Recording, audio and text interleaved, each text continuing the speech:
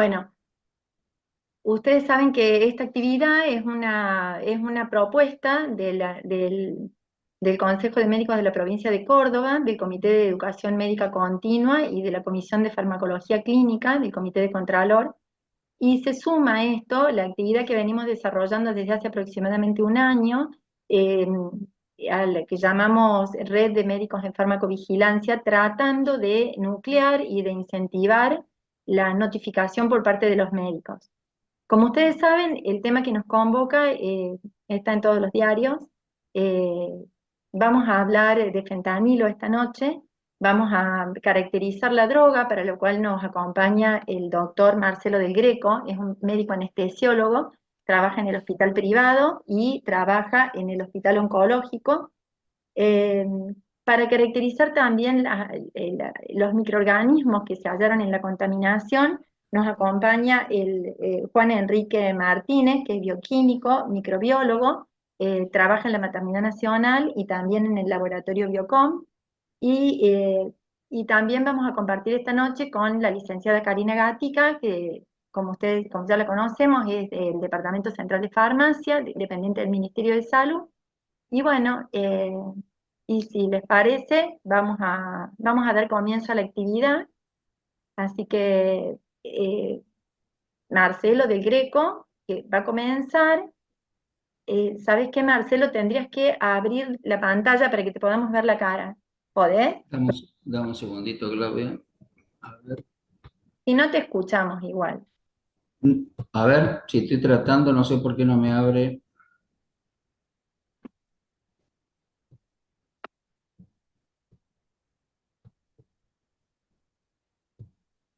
No me ven ahí, no salgo. No No, sé. no te ¿Sí? preocupes. Empecemos porque es por razones de tiempo. Bueno, Así. bueno. Ya voy a ver por qué motivo no me sale acá la cámara, porque yo, a ver acá, un segundito. Bueno, No, no ya, te preocupes, Marcelo. ya voy a pedir ayuda con cualquier cosa. Bueno, voy a tratar de hacer el cuento. Vamos a hacer un pantallazo en cuanto a lo que significa el uso del fentanilo, que es una droga que nos acompaña de tantos años en la parte médica, en el quehacer médico. Si uno se remonta, digamos, para hacer una pequeñísima historia, lo sintetiza allá por el año 1960, si no recuerdo mal, el laboratorio de Paul Janssen, y recién en el 68, digamos, en Estados Unidos se aprueba el uso del fentanilo, ¿no? En la práctica médica.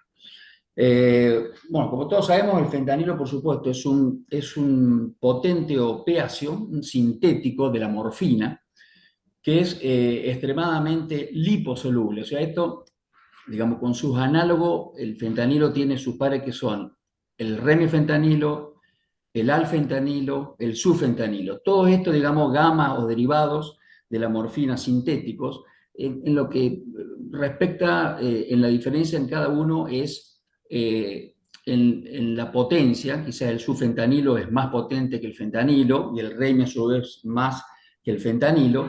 Y el alfentanilo tiene una acción muy corta, lo que, digamos, lo hace propicio para usarlo en los procedimientos que son procedimientos cortos y, por supuesto, en los pacientes de ambulatorios. La analgesia que produce el fentanilo, por supuesto, es a nivel de los receptores Mu, como todos conocemos, a nivel del sistema nervioso central y del neuroaxial. Por supuesto que también existen y están descritos los receptores a nivel cardíaco y a nivel intestinal. Eh, Produce una unión a tres tipos de receptores, están descritos. Si bien el receptor donde tiene mayor afinidad como agonista puro, por supuesto como es en el receptor Mu, pero también el kappa y el delta están asociados a esto. Eh, Estos no suelen provocar euforia, quizá como puede ser la meperidina, que está más emparentado quizás con, con esto. Eh, a nivel de los receptores, lo que hace cuando se activan es imitar quizá la liberación de endorfinas naturales del sistema nervioso central y produce una hiperpolarización a nivel de las neuronas, suprimiendo las descargas y, por supuesto, las descargas espontáneas y las respuestas que tendrían. Actúan a nivel, por supuesto, también del asta dorsal de la médula, produciendo o inhibiendo lo que son, activando, perdón, las vías inhibitorias desde el sistema nervioso central para moderar o modular el dolor postoperatorio. En cuanto a la administración, sabemos que el fentanilo, o sea, por lo menos en lo que respecta a la especialidad nuestra y en lo que es quirófano, lo que nosotros estamos más emparentados y usamos permanentemente es la administración intravenosa del fentanilo, epidural y la subaracnoidea o espinal. Esos son, digamos, para lo que es el anestesiólogo, respecto al anestesiólogo, son las formas más frecuentes de usarlo. Pero por supuesto que hay otras vías y otras alternativas para el fentanilo, como son los parches transdérmicos, que se usa mucho. Yo no hago dolor crónico, pero la gente especialista en dolor crónico es muy utilizado. Los parches transdérmicos tienen una gran característica, digamos que eh, se produce una liberación muy lenta del fentanilo, entonces logra tener digamos, o uno evita hacer las dosis más seguidas del fentanilo. Entonces esto provoca una liberación lenta y controlada, y por supuesto que las dosis que uno va haciendo es dosis prueba, y más cuando el paciente nunca recibió opiáceo, por el riesgo a que haya una sobredosis, bueno, lo que provoca las complicaciones agudas, que son la sedación, los trastornos este, de la sensación de calor, el mareo, la náusea, el vómito, y por supuesto lo más importante es la depresión respiratoria en dosis masiva. Hay pastillas orales en los niños para premedicación, están los chupetines del fentanilo, que se lo da para poder entrar al quirófano. A nivel mucosa, también está la administración mucosa, sublingual, pero lo que nosotros más emparentados estamos es con la administración intravenosa, epidural. La epidural e intradural son, por supuesto, como coadyuvantes a lo que son los anestésicos locales, bloqueando a nivel de la sustancia gelatinosa, rolando las altas posteriores de la médula dorsal. Con respecto a lo que es el metabolismo del fentanilo, tiene un metabolismo pura y exclusivamente hepático a nivel del citocromo P450. Por eso que en las insuficiencias hepáticas o en los trastornos biliares, la disminución sería la primera cosa a tener en cuenta para evitar la intoxicación del paciente. Se usa mucho también, por supuesto, en los pacientes que tienen dolor y en los renales crónicos, porque como no se excreta muy poquito, menos del 10% a nivel renal, uno puede tener la posibilidad de usarlo con total tranquilidad. Por supuesto que el uso del fentanilo también tiene algunas contraindicaciones, como son en los pacientes que tienen síndrome de Pickwick, o sea, en la obesidad mórbida, por el riesgo al SAOS y hacer una depresión o una hipoxemia, o un aumento del dióxido de carbono. Está contraindicado fundamentalmente en todas las patologías pulmonares crónicas, como el EPOC. Y bueno, y a los pacientes que tienen cierta sensibilidad, si bien la sensibilidad o las alergias no existen o son muy infrecuentes con respecto a los derivados de los opiáceos, quizá más con la morfina, y no es una anafilaxia de por sí, sino que es una anafilaxia no inmunológica que se le llama, y provoca ese enrojecimiento en la piel o calor o prurito, nada más que eso. Con respecto a las complicaciones del fentanilo, la podemos dividir en las complicaciones agudas, que son las más que puede tener, y las complicaciones crónicas. Dentro de las crónicas, por supuesto, está la dependencia que hace física y la tolerancia. Creo que conlleva al paciente a usar mayores dosis para lograr el mismo nivel. Y esto trae aparejado, por supuesto, las consecuencias que puedan, digamos, producirse una depresión respiratoria, una somnolencia marcada. En cuanto a las agudas, todo lo relacionado al uso del fentanilo provoca euforia, quizás menos. La meperidina es la droga que está más emparentada, igual que la heroína, por supuesto, más que el fentanilo, pero puede provocarlo.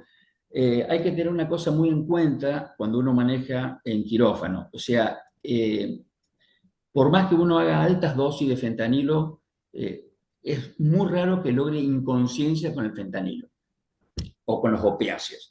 ¿Por qué? Porque las dosis masivas uno puede decir que el paciente está con un dióxido de carbono muy aumentado, con una desaturación importante, con una casi depresión respiratoria y el paciente no pierde la conciencia. Es una cosa a tener en cuenta desde el punto de vista clínico. Bueno, la miosis, todo esto porque actúa a nivel del motor ocular común, el síndrome de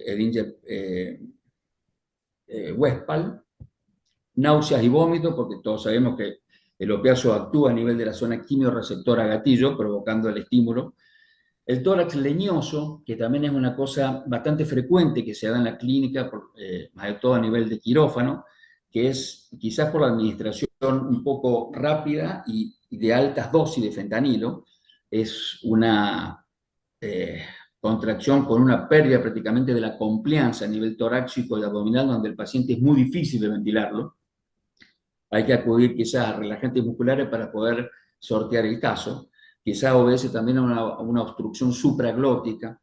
Los espasmos de la vía biliar a nivel del esfínter de Oddi, bueno, retención de orina, la bradicardia porque estimula el nervio vago y con la consecuencia de la bradicardia y la depresión, por supuesto, a nivel circulatorio porque actúa a nivel de los centros vasomotores medulares. Bueno, con respecto, Claudia, no sé si querés que digamos algo al manejo intraoperatorio o al manejo, no sé, de quirófano o cómo tratar, porque, digamos, más allá de que estamos viviendo de público conocimiento lo que ha pasado, me parece que, bueno, esto no tiene nada que ver con el fentanilo ni con todos sus derivados.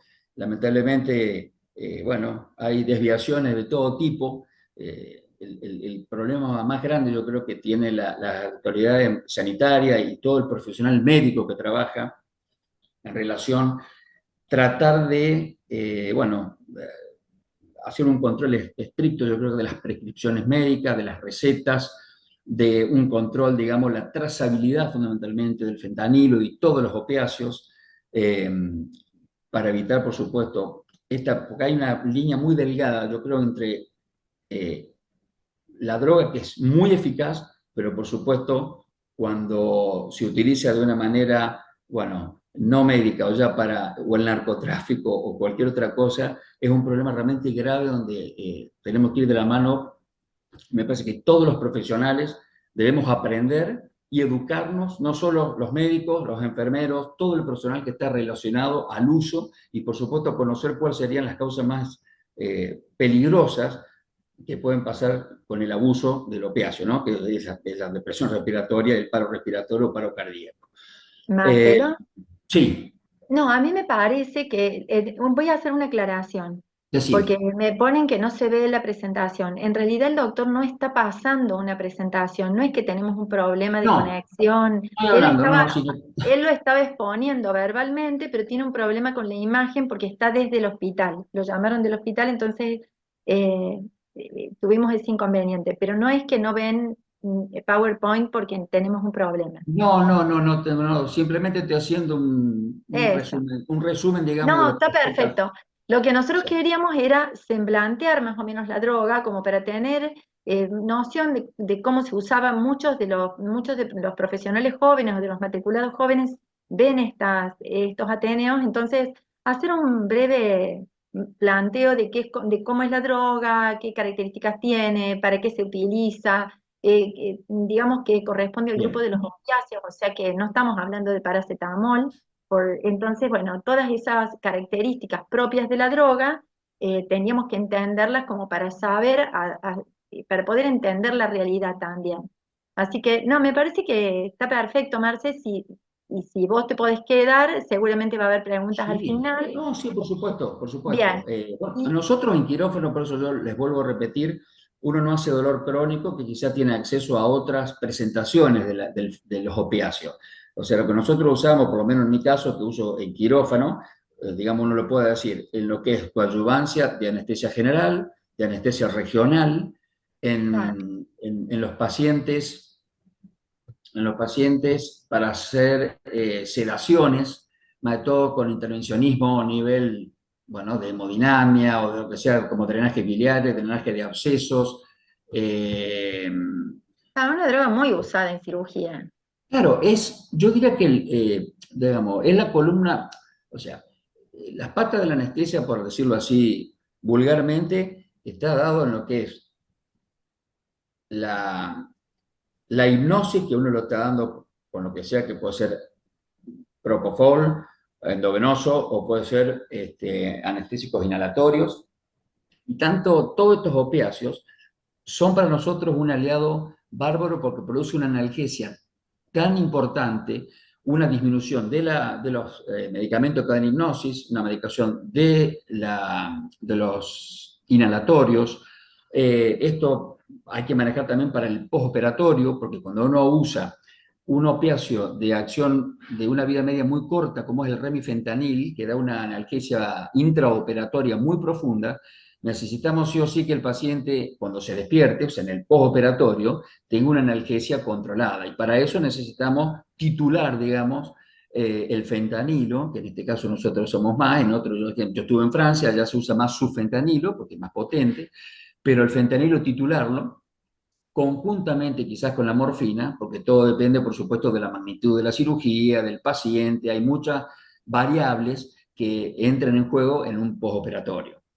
Eh, Bien, lo que nosotros más usamos, por supuesto, es la ampolla, que es el citrato de fentanilo, en quirófano y fuera de quirófano. Hablamos de obstetricia para la analgesia obstétrica, en hemodinamia, en endoscopía para la colonoscopía. O sea, es una droga prácticamente que es el...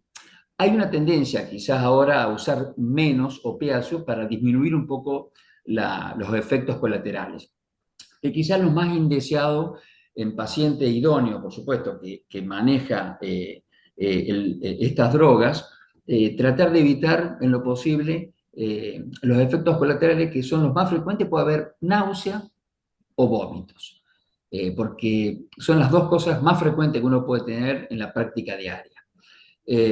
Si bien, por supuesto, en el postoperatorio inmediato hay que tener un control y una vigilancia estricta en la sala de recuperación, porque el remifentanilo es una opiación muy potente y quizás en el postoperatorio, estando el paciente en recuperación, no está exento de que pueda ser una depresión respiratoria, porque dura 10 minutos el metabolismo, la vida media, pero uno está asociando, o sea, hipnóticos, opiáceos de distinta vida media como el fentanilo y el remifentanilo. Entonces eso hay que tener una vigilancia estricta para evitar disgustos, digamos, o complicaciones en bien, el paciente. bien. Gracias, Marce. Bueno, No, no, por favor. re claro quedó. Bueno. Ahora, el otro punto que queríamos, sobre que queríamos poner un poco de luz es cuáles son los gérmenes que encontramos, qué características tienen, qué tan virulentos son, qué tan comunes son, también para poder entender la magnitud y porque estamos atravesando una era donde Bien, hablamos de una salud y estamos enfocados a disminuir la resistencia a antibióticos. Entonces, esto se presentó también como un desafío en este sentido.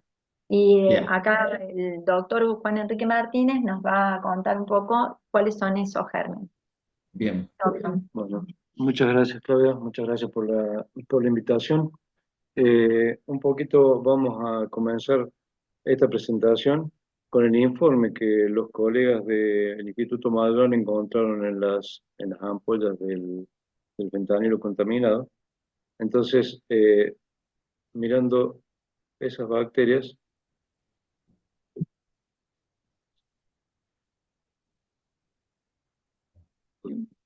¿Acá tocaste? hola, no sí, escucho. ahí está, no, no estaba hablando, ahora sí. Perfecto, Ahora sí. perfecto. Bueno, bien. Las tres bacterias que el Instituto Malvern informa que se han encontrado en las ampollas de fentanilo es la Klebsiella pneumoniae, metalobeta-lactamasa, no beta-lactamasa de espectro extendido, o sea que tendría un solo mecanismo. La Ralstonia, la Klebsiella varicola, productora de metalobeta-lactamasa, y con beta-lactamasa de espectro extendido, ¿sí? Un poco vamos a hablar de el género Klebsiella.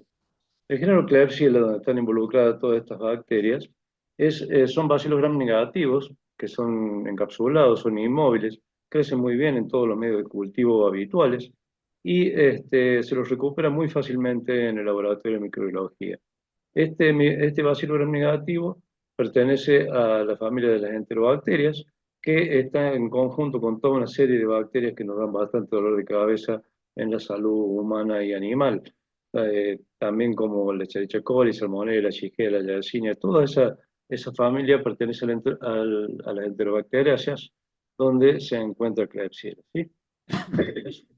Hay varias especies de Klebsiella, pero dentro de ellas, de la Klebsiella pneumoniae, tiene 7 filogrupos. ¿Qué significa esto? Que comparten una homología de más del 90% de ADN una especie con la otra. Y van a ver que es bastante difícil de diferenciarla y todas las clasificamos como Klebsiella pneumoniae. Y se lo ha denominado complejo de especie de Klebsiella pneumoniae con los 7 filogrupos. Uno, la Klebsiella pneumoniae tradicional, y aquí de ellas, la Klebsiella varicola, su especie varicola, que es la que se ha encontrado en una de las ampollas fontánicas, ¿sí? Este género Klebsiella está diseminado en toda la naturaleza. Está en las aguas de consumo, en las aguas residuales, en el suelo, en los vegetales, en los animales. Son huéspedes habituales del intestino de los animales y, por supuesto, de los seres humanos, donde forma parte de la flora de la microbiota normal, del intestino humano, de los animales y de la cavidad oral también. Digamos que donde pensemos que hay Escherichia coli, también está Klebsiella, de hecho comparten un nicho común, ¿no es cierto? Habitualmente causa infecciones las más comunes, son en el tracto urinario y en las infecciones en neumonía, ¿no es cierto? También pueden producir bacteriemias, meningitis, enteritis, infecciones de tejidos blandos, abscesos hepáticos, eh, peritonitis e infecciones en distintas heridas, lo que no hace que este patógeno sea un patógeno oportunista y es una de las principales bacterias productoras de infecciones nosocomiales. También es una de las principales bacterias que diseminan el resto de la microbiota que está presente en los hospitales y en los mismos seres humanos, ¿no es cierto? Distintos elementos genéticos que van a terminar llevando a producir bacterias más resistentes porque intercambian ese material genético entre sí, bacterias más resistentes a los antibióticos y o más virulentas. Al anterior. Bacterias. ¿Con esto pasa? Bueno. Eh, bien, entonces, después dentro de este grupo de Klebsiella pneumoniae aparece la Klebsiella varicola, que también se han encontrado de infecciones por este microorganismo en distintos lugares del mundo, en seres humanos, en animales silvestres y también en el ganado. Esta Klebsiella tiene una característica particular, que está muy presente en los sistemas vegetales como fijador de nitrógeno. Entonces es esencial para la promoción del crecimiento vegetal. Entonces es como que en los vegetales se utilizaría en cierta manera como un fertilizante que a su vez, si bien trae un efecto beneficioso para la vida, en realidad también corremos el peligro de que intercambie material genético con estas otras microorganismos de lo que estábamos hablando recién. Y al igual que la Klebsiella pneumoniae, como son muy cerquitas, ya les digo, tienen una homología de casi el 90% de ADN una con la otra, pueden producir las mismas infecciones que produce la Klebsiella pneumoniae común. Si bien lo hace en menor cantidad de número, la gravedad de las infecciones producidas por esta bacteria, sobre todo en algunos pacientes con enfermedad de base, es también grave como la que produce la Klebsiella en neumonía original, ¿cierto? La varícola es un patógeno humano emergente en todo el mundo y también con un perfil de resistencia a los antibióticos y una virulencia que está en aumento precisamente por este motivo que es el intercambio de manera promiscua del material genético entre microorganismos de las cepas de la misma especie y de otras especies también, ¿sí?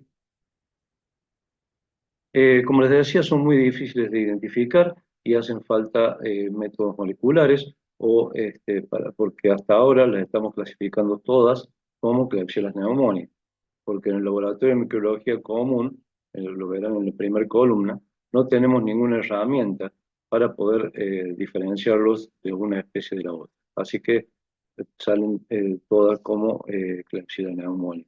Solamente a través de lo más cerca disponible en algunas instituciones de aquí de Córdoba, tenemos el Malitop, en espectrometría de masa, que eso sí permite discriminar entre todas estas subespecies que tenemos dentro de la propia Klebsiella pneumoniae, el complejo Klebsiella pneumoniae. ¿Sí?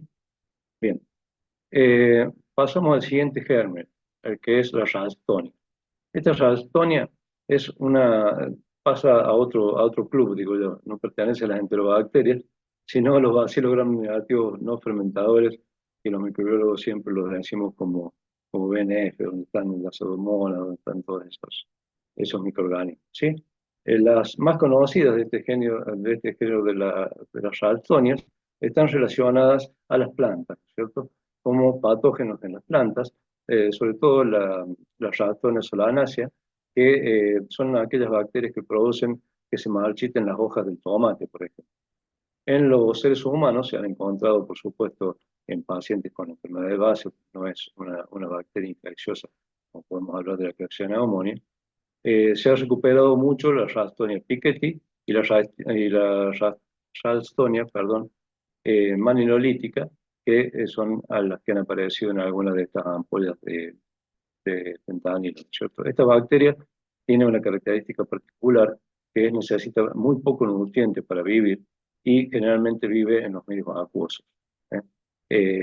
Se ha demostrado que también puede causar infecciones graves como osteomielitis y meningitis en entornos hospitalarios y por supuesto en pacientes que tengan una predisposición, ¿cierto? Dijimos que estas bacterias, traduciendo un poco lo que decíamos al comienzo, la mayoría de ellas tienen mecanismos de resistencia a través de unas enzimas que todas las conocemos, que se denominan beta-lactamasas y particularmente las carbapenemasas. Estas enzimas estaban en la naturaleza, las primeras penicillinasas, y después surgen a través de la presión selectiva que se ejerce con el uso diario de los antibióticos, que hace que se seleccionen cepas resistentes que tienen genes particulares que producen a su vez proteínas particulares denominadas beta-lactamasas, que son las que terminan haciendo, con capacidad enzimática, ¿no es cierto?, que terminan destruyendo el anillo beta-lactámico y por lo tanto quitándonos una de las herramientas terapéuticas contra las infecciones más importantes que ha logrado la humanidad, ¿no es cierto? Estas beta-lactamasas son más importantes en las bacterias gram negativas que en las gram positivas, en particular en aquellos patógenos entéricos, perdón, y en los no fermentadores. Confieren resistencia a todos los antibióticos, y esto es muy importante. Las beta-lactamasas críticas son aquellas enzimas que están codificados en elementos móviles que son transferibles entre especies, como los plásmidos y los transposones. Estos elementos genéticos móviles, además, pueden llevar algún otro pegado, algún otro mecanismo, no solo de resistencia, sino también de virulencia, que los haría más resistentes y más agresivos. Acá nos ocupa la parte de la resistencia, que es lo que queríamos ver, ¿sí? Dentro de las familias hay muchas beta-lactamasas, en general, como para nombrar tres particularmente familias de las más importantes. Conocemos las beta-lactamasas de espectro extendido, que es mediado por plásmidos, las famosas BLE, que la más conocida es la ZXM, las cefalosporinasas, la más importante la AMC, y las carbapenemasas, de las que nos vamos a ocupar en unos momentos, como la KPC y las metalobeta-lactamasas NDM, que son las más importantes y que tenemos en nuestro medio, ¿sí?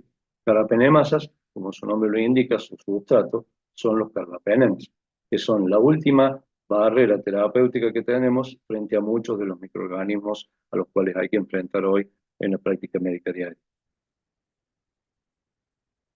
Las beta-lactamasas tienen una clasificación, son muchísimas, tienen dos características, o sea, se pueden caracterizar a través de el sitio activo, del peso molecular, del grupo funcional, de los sustratos que se conocen, de los perfiles de inhibición, etcétera, etcétera. Pero podemos dividir en dos grandes grupos para saber de lo que hablamos, ¿cierto? Uno serían las serino, beta-lactamasas, que se denominan así porque es un sitio activo, tienen un aminoácido denominado serina, que es el que se une al anillo y a través de la función bioquímica termina destruyendo el anillo beta-lactámico, como les decía recién, eliminando la acción terapéutica del antibiótico, ¿sí? Entonces, dentro de todas esas serinas, de serino beta-lactamas, están casi todas, por un lado. Por otro lado, tenemos las del grupo B, que son las metalo-beta-lactamasas, que son las que se han encontrado en el fentanilo, ¿no es cierto? Que estas se denominan así porque tienen una o dos moléculas de zinc en su sitio activo, lo que tiene un perfil en particular para hidrolizar los beta-lactámicos, ¿sí? Dentro de ellas tenemos, ustedes lo ven aquí en el rectángulo de color verde, al final las IMP, las BIM y las NDM, de las cuales vamos a hablar un poquito. Las KPC, que son las más conocidas, son las serino-carbapenemasas, que están en el grupo 2F, en este sector. No, bien. Bien. Bien, estamos. Hablamos un poquito de las carbapenemasas KPC, que son las más conocidas porque han sido las más difundidas. En 1990 aparece esta familia de carbapenemasas en una Klebsiella pneumoniae particularmente, allí proviene su nombre, KPC, Klebsiella pneumoniae carbapenemasa. Como les decía, se ha convertido en la carbapenemasa más común detectada a nivel mundial. Se encuentra en muchos géneros diferentes entre bacterias y también en Pseudomonas aeruginosa. Es importante decir que estas bacterias alojan a plásmidos promiscuos que tienen este gen, el BLAC-KPC, que también suele llevar pegado, y miren la importancia de esto, resistencia a los aminoglucósidos, a otras beta-lactamasas, incluidas las BLE y las betalo-beta-lactamasas.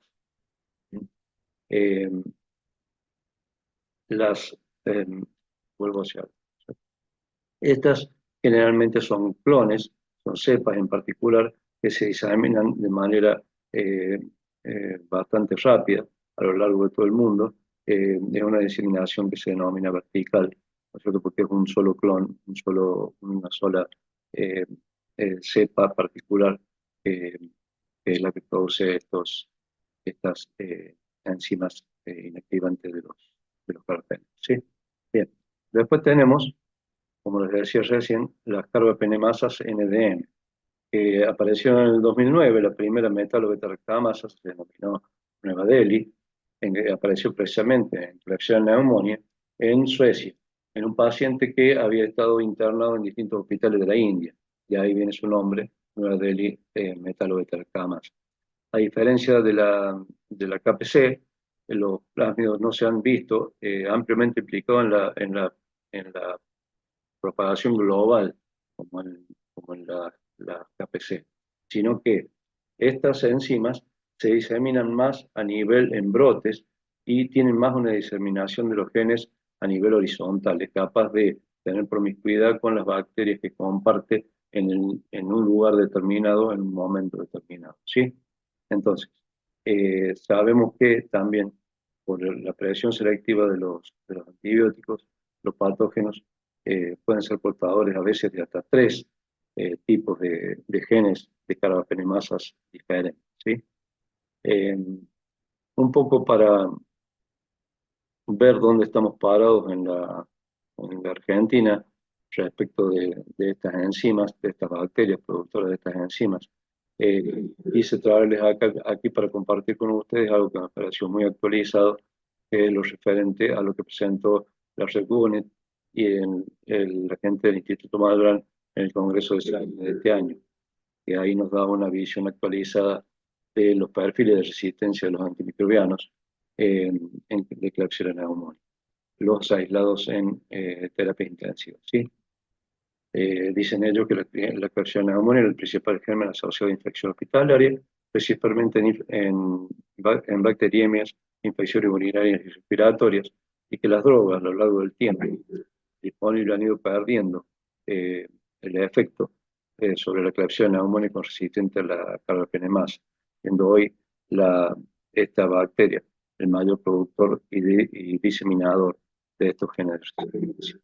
Entonces, ellos concluyen con algo muy serio, ¿no? Que Klebsiella pneumoniae intrahospitalario presentó altos niveles de resistencia y aumentó el porcentaje de no sensibilidad entre el 2022 y el 2023 a drogas críticas como ibuprofen, meropenem y amikacina, superando el 30% de la presencia. Esto a nivel país, ¿no es cierto? En el Rigonen participan 94 laboratorios de toda la Argentina, ¿no es cierto?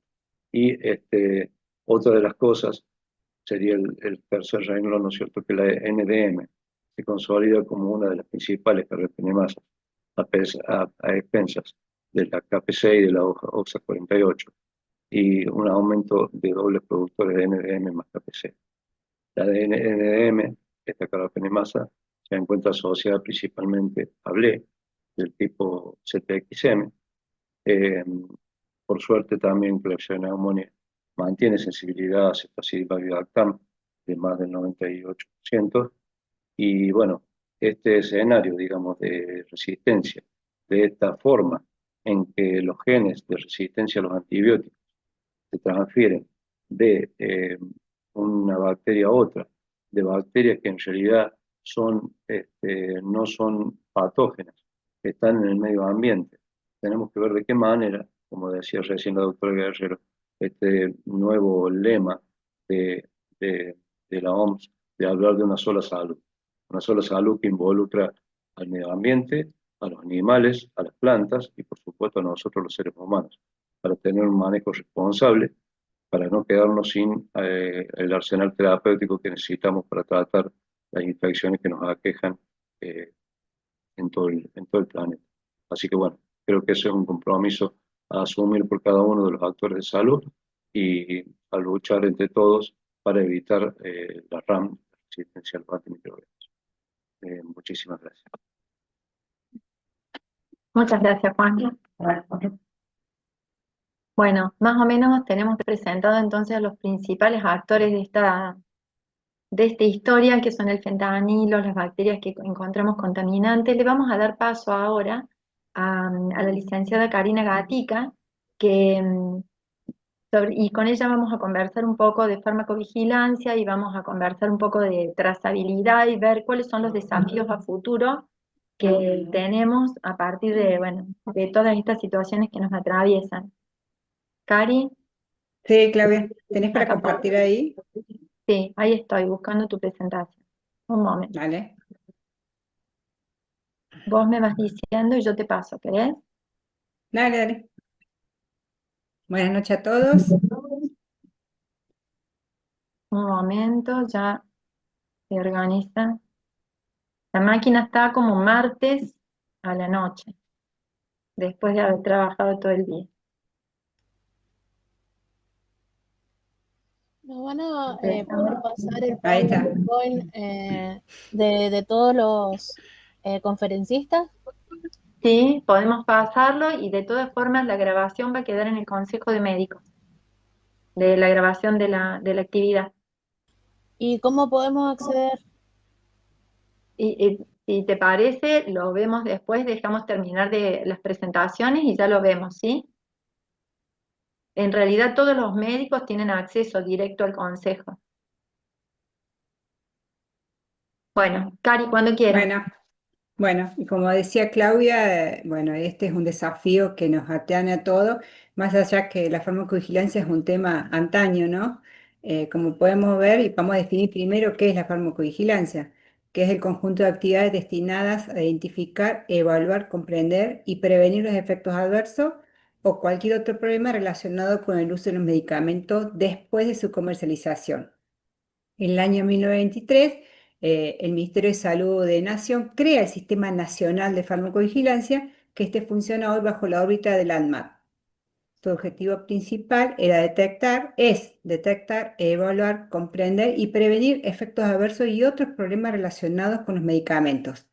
garantizar la seguridad y eficacia de los medicamentos a lo largo de su ciclo de vida, desde la autorización para su comercialización hasta su posible retirada del mercado. La que sigue. Bueno, como esto funcionaba a nivel ANMAT, en el año 2005, por una decisión del Ministerio, una decisión política y a través del Ministerio de Salud, se crea el Sistema Unificado de Farmacovigilancia. Este sistema unificado de farmacovigilancia que hoy funciona bajo la órbita del Ministerio de Salud y bajo la Dirección de Farmacia, está conformado por entidades académicas, y odontológicas, hospitalarias, gubernamentales y colaboradores que quieran sumarse a la mesa de trabajo.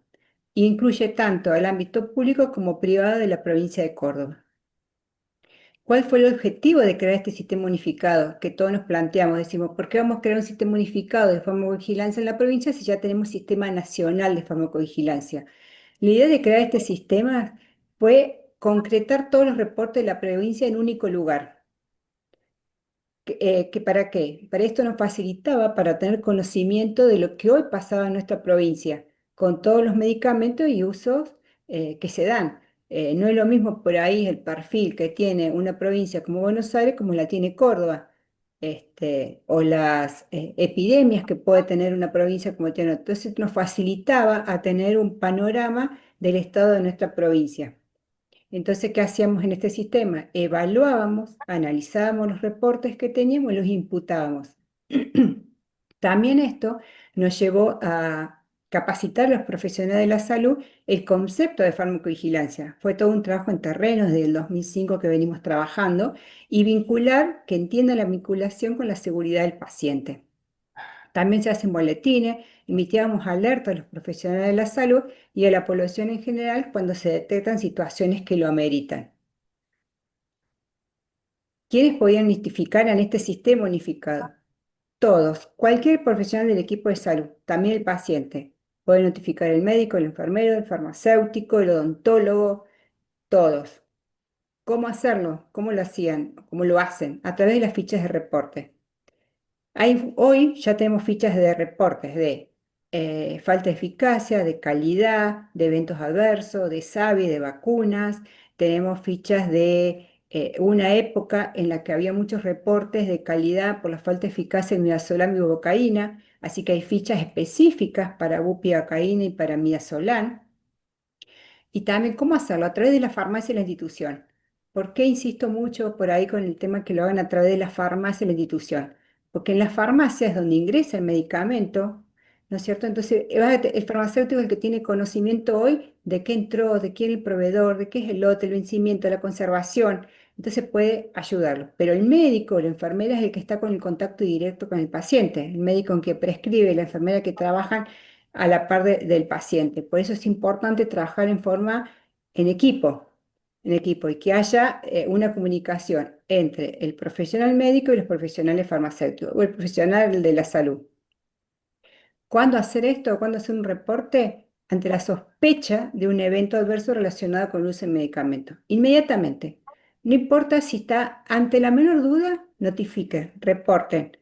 El equipo, nosotros vamos a determinar si es un evento relacionado al uso del medicamento u otra cosa. Pero ante la duda preferimos que lo reporten, que nos avisen y tener conocimiento de lo que está pasando. Que tal vez esté pasando en esa institución y en otra más.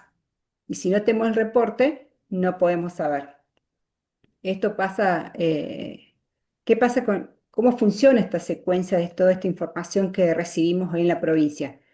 A nivel provincial, el Sistema Unificado de Farmacovigilancia, como les decía, esto es remitido al ANMAT, porque además del Sistema Nacional de Farmacovigilancia, y la ANMAT lo remite a UPSALA, que es a través de la Organización Mundial de la Salud, donde funcionan todos los reportes de todo el mundo y ahí se terminan de tomar las determinaciones de retiro del mercado o lo que fuese necesario. Bueno, lo mío era Bueno, muy, para trabajarlo con Claudia, bueno, hay un mail a donde también a mandar las notificaciones. bien, gracias, Cari. En realidad, como dijo Karina, piensen que se viene trabajando sobre estos temas desde hace muchísimo tiempo. y sí se ha trabajado en terreno. Y bueno, la verdad que a veces los resultados son literalmente desalentadores, porque no todo el mundo termina dándose cuenta de la importancia que tiene. O sea, nos damos cuenta de que algunos aspectos de la medicina han sido relegados cuando tenemos situaciones como estas, y en la diaria se nos va pasando. Entonces, bueno, seguimos insistiendo en trabajar en farmacovigilancia.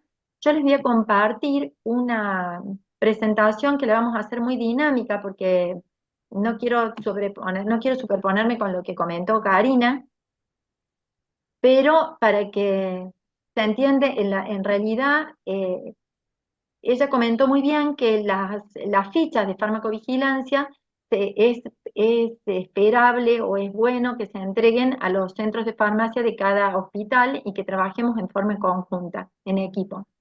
En realidad los farmacéuticos es como que están más involucrados con este tema, porque en la farmacia, como dice Karina, están con el flujo permanente de fármacos y no notamos el mismo involucramiento por parte de los médicos. Entonces, desde el Consejo de Médicos propusimos la formación de una red de médicos para trabajar en farmacovigilancia. Empezamos a trabajar hace un año, siguiendo las mismas líneas con las que habíamos trabajado con el Ministerio de Salud, porque seguimos trabajando en forma conjunta, pero tratando de apuntar más todavía a algunas especialidades y hacerlo más en terreno. Entonces comenzamos con capacitaciones. La semana pasada estuvimos trabajando con gente en neonatología, y bueno, tratar de ir sumando a adeptos a esta cruzada que parece un poco difícil. Siempre decimos que es importante tener en cuenta que, y más en esta época en que todo el mundo quiere tomar suplementos, que todos los medicamentos son un veneno y que depende de la dosis en que lo demos. Y esta es una definición bastante vieja, pero sigue más que vigente al día de hoy. Y las definiciones de farmacovigilancia y de efecto adverso ya las vimos con Karina, pero en definitiva, un efecto nocivo o dañino no intencionado y relacionado a un medicamento debiera reportarse. Y lo reportamos en las hojas amarillas, que son las hojas de alerta, para, eh, para justamente llamar la atención sobre eso en particular. Entonces, cualquier evento medicamentoso que genere un daño va a ser una reacción adversa y va a ser identificada en la hoja amarilla, en la tarjeta amarilla. Existen, como dijimos antes, muchos antecedentes, desde muerte por el uso de cloroformo en las uñas, hasta que finalmente aparecieron los casos de focomielia producidos por talidomida. Todo eso llevó a que se trabajara en la legislación, en la vigilancia y en el control de los fármacos. Y dentro de los objetivos, como nombró también Karina, es la identificación de nuevas RAMs, formar bases de datos, no solamente para la OMS, sino tener bases de datos locales, que sepamos qué pasa con nuestros pacientes, qué pasa en nuestros hospitales, poder intercambiar información, realizar para ello también publicaciones periódicas, entrenar y asesorar, favorecer el trabajo con otros países que, por cierto, en este tema están mucho más desarrollados y más avanzados, como sería, por ejemplo, casos de España, como muy cercano a nuestra población, y desarrollar entonces la farmacovigilancia como una ciencia. Todos sabemos que es una actividad de salud pública, por eso está nucleada bajo el Ministerio de Salud, y intervenimos todos los actores en relación con el medicamento, desde los que prescriben, cuidadores de pacientes, los desarrolladores de fármacos, y en algunas sociedades son muy fuertes también las asociaciones de pacientes, que incluso llegan a cambiar hasta normas. Entonces, todos vamos a trabajar para contribuir al uso seguro de los medicamentos. Y finalmente, me gustaría una reflexión. Esta mirada especial sobre los medicamentos la vamos a hacer en lo que es la fase 4, que es la fase de comercialización de los fármacos. El fármaco ya ha sido aprobado y está disponible para ser administrado, comprado. Entonces, en esta última etapa de la cadena es donde ponemos especial acento y la lupa. Ya ha pasado la revisión por los entes, como puede ser FDA en Estados Unidos, EMA en Europa y ANMAT para nosotros, ha sido aprobado y ya pasa al uso masivo. ¿Por qué hacer farmacovigilancia y por qué en esta etapa de post-comercialización? Porque fíjense que si tenemos un estudio clínico controlado con 500 pacientes y la RAMS es de 1 en 10.000, probablemente en el ensayo no aparezca, pero sí aparece cuando ya está en distribución masiva. Y entonces tenemos que poner especial atención en esto y no pensar que ya sabíamos que eso era una reacción adversa, porque si no está notificado, no existe. Y si no existe, tenemos pocos elementos para poder trabajar. Entonces, dentro de los objetivos, optimizar el uso de los medicamentos en forma segura, detectar precozmente nuevas RAMs, describirlas, confirmar la relación de causalidad entre las reacciones adversas y establecer una incidencia de estas apariciones de reacciones adversas, así como conocer riesgos y favorecer la toma de decisiones políticas y sanitarias que sean correctas. Y finalmente, algo que estamos trabajando desde el grado, en otra instancia de mejorar estos parámetros, es promover el uso seguro y el uso racional de los fármacos. Entonces, a mí me gustaría pasar con esto que ocurrió, es como que a la gente que se acercaba, a lo mejor le costaba entender cuál era el algoritmo por el cual llegábamos a la notificación. Entonces tenemos que existen eventos adversos medicamentosos que pueden ser evitables, como pueden ser problemas relacionados con el uso de medicamentos, entonces tenemos que estar presentes para detectar fallas en ese proceso, que puede ser desde el momento de la prescripción, en el momento de la dispensación, la administración, el mismo paciente o los cuidadores. Entonces, para esto para este uso seguro contribuyó la receta electrónica, las indicaciones detalladas por escrito, el modificar los prospectos que vienen acompañando a los fármacos.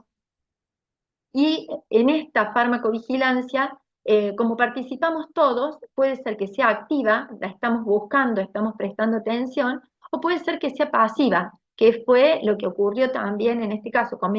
Apareció una señal y fuimos siguiendo el rastro hasta determinar cuál fue la causalidad.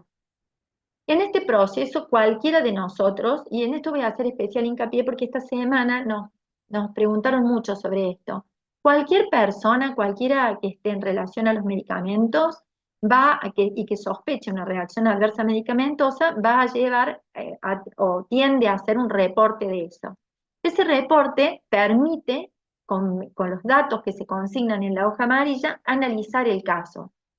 Ese caso, ¿quién lo analiza? Acá en Córdoba, como decía recién Karina, el Comité de Farmacovigilancia, que depende del área, es la Dirección General de Farmacia en el Ministerio de Salud a nivel central, pero puede ser el Comité de Farmacovigilancia de cada institución también. Finalmente, eso nos va a permitir notificarlo al ente normativo, analizar las notificaciones y efectuar un reporte a la ANMAT. Puede ser que las personas involucradas reporten directamente a la ANMAT. Eso lo pueden hacer en formato papel o en forma digital.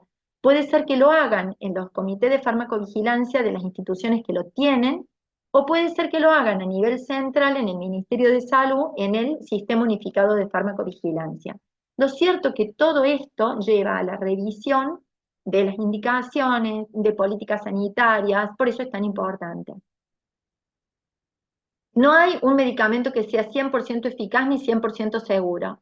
En esta sociedad que está un poco exitista y hedonista, lo vemos con la cantidad de fármacos que están, o de suplementos que la gente comienza a tomar y las reacciones adversas que tenemos. Entonces, me gustaría 2 palabritas respecto a lo que es trazabilidad. Digamos que la trazabilidad va a ser la capacidad de rastrear el historial y la ubicación del producto a lo largo de toda la cadena de suministro, desde que ingresa al sistema hasta que finalmente es administrado al paciente, y si tiene alguna reacción adversa, su notificación posterior y la respuesta del ente a los involucrados, ¿sí? Para que la trazabilidad tenga éxito, necesitamos tener una identificación unitaria. Se propone, por ejemplo, un QR donde esté toda la información relacionada, pero que sea unívoca.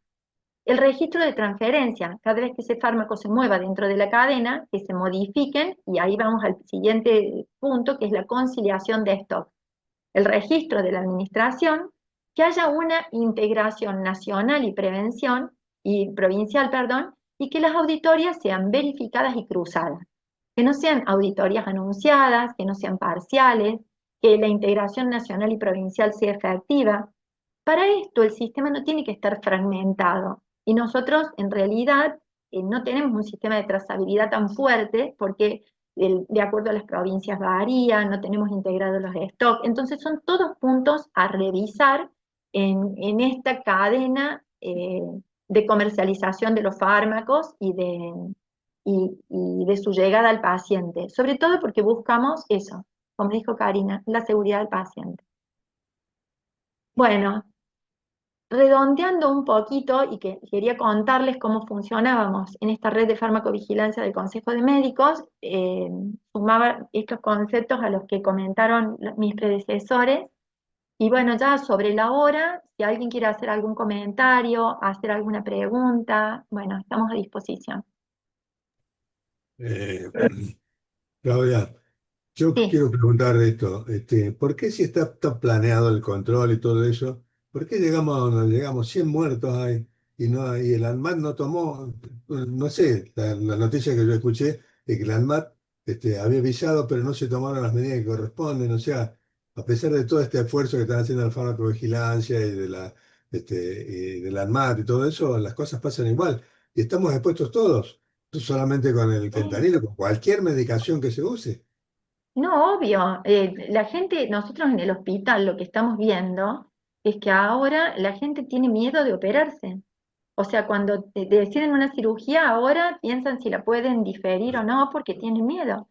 En realidad, yo lo que creo, y esto es personal, nosotros tenemos varias falencias. Primero que trabajamos, el trabajo no es un trabajo el que estamos haciendo que sea reconocido. Entonces eso genera que la gente se canse, que no encuentre incentivos, que no se mantenga a lo largo del tiempo. Después todo el sistema de trazabilidad, la verdad que está fragmentado en nuestro país. No tenemos qué sé yo, un código QR que identifique por ejemplo, quedan flotando un montón de preguntas. El fentanilo que ingresó al país y de dónde venía, si se está registrado en las plantas, si realmente hubo transferencia de información. Por las noticias, uno lo que puede ver es que ANMAT sí hizo una alerta. Después no entiendo qué pasó, pero se demoran en tomar acciones. Hoy finalmente, después de un tiempo considerable, también se decide que no se va a vender nada más de esos laboratorios, entonces los procesos también son lentos. Hay una serie de fallas que nos llevan hasta donde estamos y es verdad, estamos todos expuestos. Y me aterra, es que hablamos de tantos muertos y ¿qué pasa si está mal? Pero si pensamos que éramos uno de nosotros, uno de nuestra familia, ¿cambia la visión con que lo vemos? Entonces, son cosas a pensar. Son todas las preguntas que quedan flotando. Perdón, ¿se escucha? Sí, gracias. Ah, Sí, ¿qué tal? ¿Puedo hacer una preguntita o, bueno, una sí, aclaración? ¿querés presentarte? Sí, mi nombre es Hugo Carriles. Yo soy en este momento farmacéutico de oficina, pero trabajé muchos años en instituciones importantes acá en Buenos Aires. Y una de las reflexiones que justamente hacía con una colega aquí en Buenos Aires es por qué las instituciones no tienen un profesional farmacéutico. Yo trabajé como profesional farmacéutico en el Hospital Garraham, en el Hospital Posadas, en la Academia de Medicina, en el área de, bueno, aparte de esterilización, también hice la parte de cardiología. Pero lo importante de lo que ustedes están hablando, y me parece en el caso este particular del fentanilo, ahí no sé si un colega preguntaba por qué tardó tanto la información. Mm, Nosotros, como profesionales dentro de las instituciones, recibíamos la información del ANMAT e inmediatamente nos poníamos a trabajar, si hubiera un lote de estos que informa el ANMAT, para dar aviso y retirar inmediatamente. Yo creo que se podrían haber salvado muchas vidas si la información del ANMAT llegaba al profesional que tiene que estar actuando en farmacovigilancia. entiendo que pueden ser todos, pero la información cuando es difusa y puede llegar a cualquiera que no sea el responsable de tomarla, me parece que ahí estamos fallando. Las instituciones debieron tener un farmacéutico. Fíjense que, por Hugo, ejemplo, sí, te hago un comentario. Si vos me permitís, yo voy por más. Las instituciones También, debieran tener un especialista en farmacología clínica, bueno, es que dedicado es a lo que, eso, que es- revisara historias clínicas perdón. que en otros países está y nosotros no lo tenemos. Lo tenemos, por eso es lo que te comentaba, lo tenemos en algunos casos. Mira, en mi trabajo en el Hospital Garrahan, yo estaba a cargo de la farmacia dentro del área de neonatología. Mi Mm. trabajo era de las 8 horas que yo estaba en el hospital, 6 horas estaba dentro de la terapia intensiva neonatológica. Yo controlaba todas las indicaciones, las incompatibilidades, los efectos adversos, cuando había médicos que se equivocaban en la prescripción o que salteaban una prescripción. Hemos tenido casos de chicos convulsivando porque no se les aplicaba la necesaria dosis de vitamina D junto con el calcio. Te puedo dar 1000 ejemplos, no importa. Yo a lo que voy es que si había un profesional farmacéutico, el profesional farmacéutico se encarga de todo eso. El problema es cuando Bueno, no lo pero hay, ¿sabes qué? falta una pata. No, pero ¿sabes qué digo yo, Hugo? A eso voy por más. Viste que cada uno tira para su equipo. Yo creo que lo que debiera haber es un médico especialista en farmacología clínica, que trabajemos en forma conjunta con farmacéuticos, enfermeros, pero yo personalmente, yo con la formación, yo soy especialista en farmacología clínica y creo que tendríamos que tener en los hospitales eh, o departamentos de farmacología clínica, como tienen en los hospitales en España. Ellos se quejan, pero están muchísimo más adelantados que nosotros. Pero yo voy a eso, nosotros hemos perdido hasta la especialidad. No y sé, ahí te hago una puede ser, aclaración, yo Hugo. no te digo que no, digo que No, no, ya tampoco sé. existe un farmacéutico. Conozco el caso de Eh, España porque he estado un mes trabajando en España también y ahí conozco en Hugo, el Hospital 12 de Octubre de Madrid, pero claro, pero la oficina de farmacovigilancia la integraban varios especialistas. Había enfermeros, había médicos y había farmacéuticos. Acá muchas instituciones no tienen un solo farmacéutico. No es por bueno, defender al farmacéutico en particular, digo, es una pata del grupo de trabajo que en muchas instituciones no está.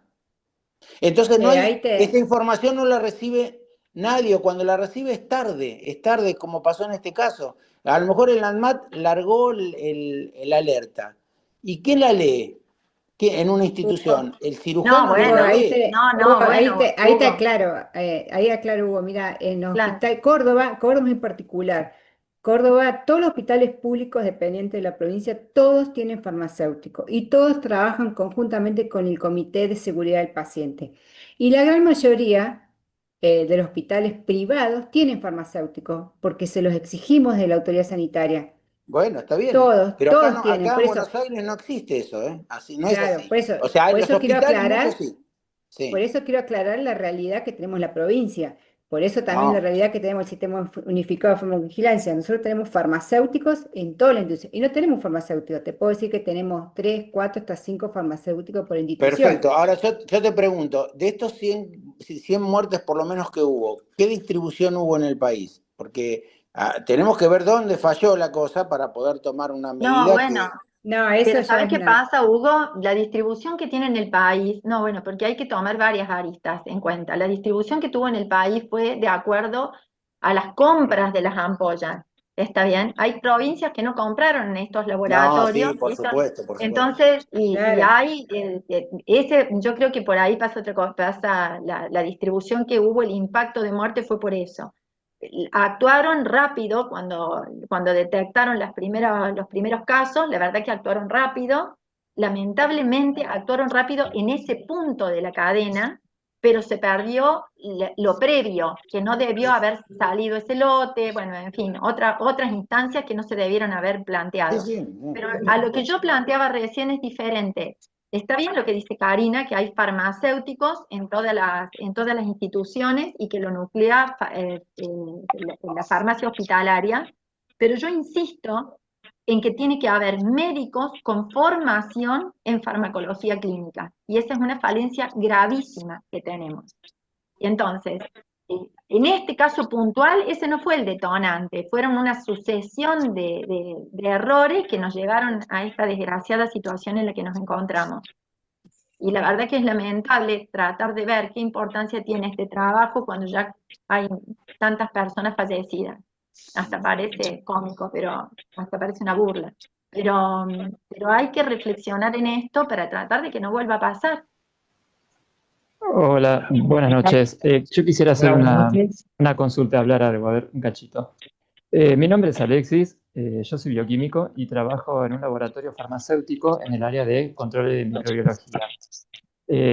Volviendo más atrás con lo que dijo Hugo, yo creo que me gustaría saber es cómo puede ser que se llega a la farmacia cuando sale del laboratorio ya contaminado, cuando en un laboratorio farmacéutico industrial uno tiene como sistema de gestión de calidad completo y también hay auditorías todo el tiempo, o sea, ¿dónde vino esta bacteria? ¿En la materia prima del producto?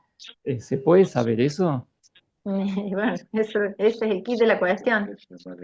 O sea, hay muchas respuestas para eso. Entre los procesos entre los procesos que debiera hacerse, por ejemplo, podrían hacerse monitoreos cruzados dentro del laboratorio por el fabricante, por el director y después por alguna externo. Hay cosas que supongo que no creo que las lleguemos a saber. No. No, porque Hola, la contaminación puede hola. haber sido en toda la cadena, desde que se fabricó hasta que se... No lo que- vamos a ver. Hola, Claro, mi por eso, nombre porque uno tiene los laboratorios siempre tienen un sistema de gestión de calidad donde pasa por muchos controles. Evidentemente se pudo haber obviado algunos de esos controles y cómo pasaron las auditorías a esas O ¿sabés qué puede calificaciones. ser? No que se hayan obviado a lo mejor del todo, pero que no se hayan utilizado controles de calidad adecuados o que sean deficitarios. Eso también ocurre. Hola,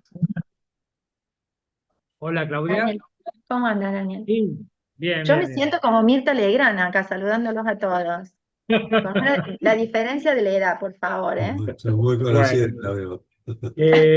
no, yo quería comentar que gracias justamente a un farmacéutico de hospital, y no era un hospital público, sino que era el hospital italiano, gracias a ese farmacéutico se notificó esta falla de calidad del fentanilo. Hicieron un buen trabajo porque en la terapia intensiva de ese hospital comenzaron a ver que los enfermos que estaban allí estaban con neumonía y al cultivarlos le dio que era Klebsiella y Ralstonia.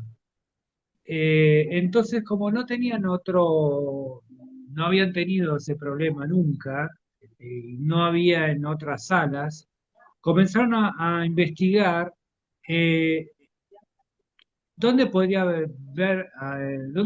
venir estos microorganismos. Y entonces empezaron a cultivaron los sueros de dio negativo y cultivaron varias cosas hasta que dijeron, bueno, vamos a cultivar las ampollas de fentanilo, una de las tantas cosas que le suministraron a nuestros pacientes. Y les dio positivo. Pero también cultivaron ampollas de fentanilo de otro laboratorio y no les dio positivo. Y a eso también uno tiene que decirlo porque no todos los fentanilos están contaminados, ¿sí? Entonces hay que dar tranquilidad a la gente. Justamente como creo que vos decías, de que había gente que no se quería operar. Sí, sí, Porque si preguntan no, qué ampolla le ponen. estamos en un palo enjabonado donde pensamos que todos los medicamentos que vamos a recibir están todos mal, ¿sí? No, este laboratorio sí. Este laboratorio hace rato que viene trabajando mal. Nosotros en nuestro sistema de farmacovigilancia en la provincia de Buenos Aires, la red provincial de vigilancia farmacéutica que tenemos en el Colegio de Farmacéuticos, recibe cantidades de muestras y de quejas de este laboratorio. Y la dexametasona. No, la desapenación fue en Entre Ríos, pero nosotros, por ejemplo, en el 2018 y entre el 2018 y el 2019 recibimos hasta 30 reportes de efectos adversos por un diclofenac de Ramallo. Porque ustedes saben que son dos laboratorios que están unidos. El laboratorio de Ramallo, en la localidad de Ramallo de Buenos Aires, es donde se hace la parte inyectable. Y después, HLB Pharma en San Isidro, donde se hace la parte comprimida. Pero como están unidos, bueno, ahora sale todo como HLB Pharma. Y en su momento, Ramallo en 2018 y 2019 comercializó un diclofenac que entre sus excipientes tenía Cremofor. El Cremofor es un excipiente que no se usa para diclofenac. ¿Y qué pasaba? Cuando las enfermeras le suministraban el diclofenac Ramallo a los pacientes en forma intramuscular, se le producían abscesos de hasta 10 días. Y cuando se lo daban por vía endovenosa, les producía disnea, hipotensión, o sea, una reacción anafiláctica que salían los pacientes con un corticoide. Terrible. Todo eso fue notificado por farmacias, por la farmacia de hospital del Hospital San Martín, de un hospital de Bolívar, de Necochea, etcétera, toda la provincia de Buenos Aires. Porque el Ministerio de Salud de la provincia de Buenos Aires había comprado esa marca. Ustedes saben que las compras a nivel público se hacen por licitación y gana el más barato. Por Es mucho eso, más barato este. claro, y por eso está inundado todo el país de HLB Pharma. Mm. No solamente de fentanilo, sino de otras cosas. Y nos dimos cuenta que era el excipiente el que producía la reacción adversa porque ningún otro inyectable de diclofenac había producido ese tipo de reacción adversa. Lo notificamos a ANMAT, lo notificamos a la Organización Mundial de la Salud, también a través de Vigiflow, que es la base de datos de OMS. Y ANMAT, por supuesto, nos tuvo que contestar. Nos contestó y nos dijo que sí, era el excipiente, porque el Cremofor es muy alergénico. Se utiliza para pocos inyectables que son generalmente insolubles en agua, como por ejemplo el Paclitaxel. Y nos mandó una nota diciéndonos eso y que le iba a pedir, y se lo pidió por supuesto, al laboratorio que cambie de excipiente. Pero nunca sacaron una alerta. Si yo no les comento esto, ustedes no se enteran de todo esto.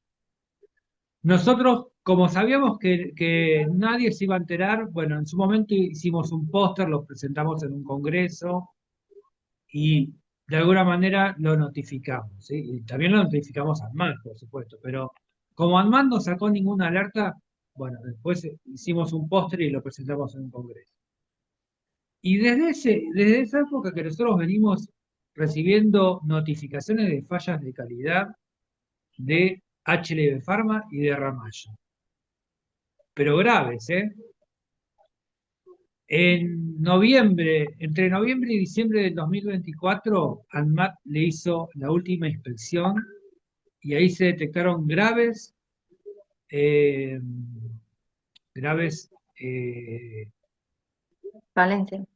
falencias, más que graves críticas. Sí, críticas y muy graves, sí. Pero resulta ser que ANMAT no puede clausurar.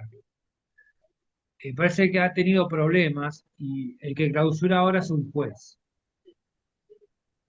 Entonces lo que hizo es decirles que no podían seguir fabricando hasta tanto enmienden esas falencias.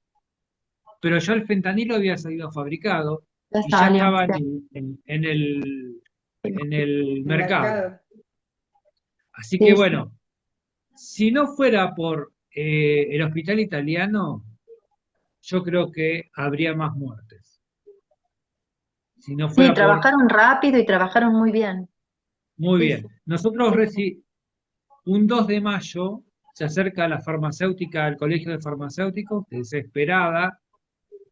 Ese 2 de mayo era un día feriado de estos, como el que hubo último, Mm. y había una guardia en el colegio, y allí, bueno, le tomaron los datos. Yo el lunes la llamé a la farmacéutica, el martes me trajo las muestras, el jueves la mandamos, todo lo mandamos a ANMAT a la mañana, y el jueves a la noche se prohibió. Fue bastante rápido, pero tendría que haberse prohibido mucho antes todo esto, por todas las falencias que tenía este laboratorio. Sí, tenía Eh, muchas falencias previas a esto. exacto, Sí, sí, sí, sí, sí, sí, que están documentadas, sí, es verdad, sí, sí. es verdad. Bueno, y lo que quiero remarcar justamente esto de que los médicos se acerquen a la farmacia del hospital, que los médicos se acerquen, que hablen con el farmacéutico y que, bueno, que insistan para que se notifiquen tanto las fallas de calidad como los eventos adversos. Y si el evento adverso es conocido, igualmente Igual, ya. tenemos que comunicarlo porque no sabemos cuál es la incidencia de ese efecto adverso acá en Argentina. Mm. Y tenemos que Además, tener previsto. seguimos manejándonos con estadísticas que son foráneas, Exacto, porque sí, no sí, sabemos sí. qué pasa con nosotros. Y hay fármacos que actúan distinto porque genéticamente la población es diferente, la Exacto. alimentación es distinta por idiosincrasia. Falta mucho trabajo, mucho, hay mucho por Sí. delante. Bueno, miren, yo les Bueno, agradezco, muchas gracias, Daniel. Yo les agradezco a todos, la verdad que un placer. Eh, es un martes a la noche y yo a todos les ha costado mucho participar, así que bueno, ya nos hemos pasado bastante del horario que hacemos habitualmente. Va a quedar grabada, va a quedar colgado de la página del Consejo de Médicos lo que hicimos hoy, así que a Perdón, través del Consejo se puede obtener perdón, lo que me pidieron. Sí, perdón. hola. Leandro, Leandro, perdón, dale. Leandro desde Córdoba. Sí, ¿Cómo no andas? tengo la cámara porque estoy con el celular arriba del auto. Perdón, una serie de inquietudes como médico formado en infectología. Dos cosas. Si falló el ente regulador, que en teoría sería el MAT, porque me escuchaba a este profesional de salud, Daniel, decir que ahora, bueno, la determinación la toma un juez. ¿Qué pasa con laboratorios? Porque ahí escuché que habían fentanilo de otros laboratorios donde en teoría los controles se están llevando, están trabajando bien o los controles son rigurosos, no sé a quién le compete. Pero, eh, y esto da tal vez como lo dejo como incógnita, ¿cómo hace? Por más que un laboratorio trabaje con condiciones de infraestructuras deficientes, ¿cómo hizo para llegar un germen, en teoría, si esto sale del laboratorio de Ramallo o de HLB Pharma, un germen que es prácticamente de distribución nosocomial por los patrones de resistencia que tiene? ¿Cómo hizo ese germen para llegar a ese Todos tenemos laboratorio? la misma pregunta, Leandro. Sí. No sé si van a trabajar sobre ese tema porque no es fácil. Se supone que un laboratorio que está produciendo fármacos tiene normas de bioseguridad y trabaja en condiciones con niveles de desinfección elevados o de esterilidad, campanas de flujo laminario, bla, bla, bla. No concibo la idea de cómo un germen con esos patrones de resistencia esté ahí y haya contaminado, poner ahora, una sola ampolla. Porque si llegó ahí, creería que puede haber contaminado más de una ampolla o más de un Sería lo medicamento, me lógico. refiero. Eso sería lo Eh, lógico, más de un medicamento. Porque no, Ralsonia, bueno, pero eh, una Klebsiella con metal o beta-lactamasa, eh, me llama la atención cómo llegó el germen ahí. Sí, hola Leandro. Sí, es la pregunta que nos hacemos todos. La verdad que sabemos que los gérmenes no vuelan. tienen que ser llevados de alguna manera, ¿no es cierto? Y yo digo que, por ejemplo, el caso de la ralstonia podría ser hasta, si se quiere, más común, más razonable, porque está en el agua, porque si usas un agua de mala calidad en la preparación del inyectable, ponele que sí. Pero una Klebsiella con una NDM es un Claro, poco parece que lo estaban... O sea, da la impresión que las ampollas las producían dentro de una terapia intensiva de elevada claro, sí, complejidad. sí. No, Sí, es raro no, Es eso. raro, es raro. Hay muchas lo dejo preguntas que quedan como en el inquietud. aire. Sí. Bueno, Perfecto, eso nada, lo quería gracias. dejar como inquietud.